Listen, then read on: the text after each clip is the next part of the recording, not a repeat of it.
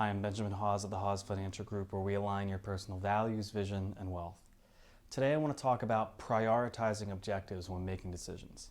Sometimes it's really hard to make a decision, and the more important the decision at hand, the more likely there are multiple factors or variables that we have to consider. So think, what's the last big financial decision you had to make? Taking on a new job, deciding when to retire, moving, planning a vacation, juggling 2 kids going to college at the same time? These aren't small items. So think, how do you approach having to decide which way to go?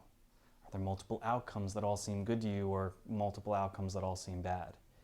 It's at times like these that some of us dive deeper into the details of the decision, but oftentimes the details only make the decision harder to make. The deeper we go, the more fine print we read, the less comfortable we can get with any strategy that might help us pursue our goal. Does this sound familiar to you? This is why planning is so important. It's the process of prioritizing our objectives and taking stock of all our resources so we can sift through those different factors and variables that are in play. It's necessary so that we can then allocate our resources in the most impactful way we can in an effort to ultimately reach our goal. So, whether deciding on something smaller like planning a vacation this summer, or deciding on something much bigger like making vacation permanent, take a step back and follow these 3 steps to prioritizing objectives in an effort to make the decision-making process a little easier. 1, start with the end in mind and keep that main thing the main thing. Identify your goal. Are there multiple outcomes you'd like to see happen?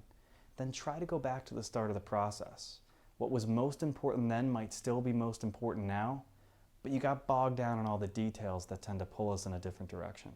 So keep the main thing, and write those main objectives down, but keep this list short. 2nd, write down each factor in the decision. Assess the importance of each in the decision within the context now of that main objective. In short, one factor may be relevant, but is it really important towards the main objective you've now identified? So narrow the factors down to only those that are truly most important to you. Finally, prioritize each factor for its importance to the main goal. Does it fit as a need, a want, or just a wish? Like many things in life, one has to give up something to get something. One has to compromise. So this process of prioritizing will hopefully make it easier to identify which factors you're comfortable letting go of.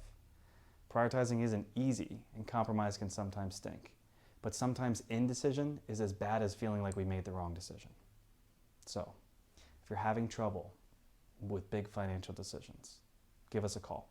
That's why we're here, to help walk you through the planning process that prioritizes goals and helps align your personal values, vision, and wealth.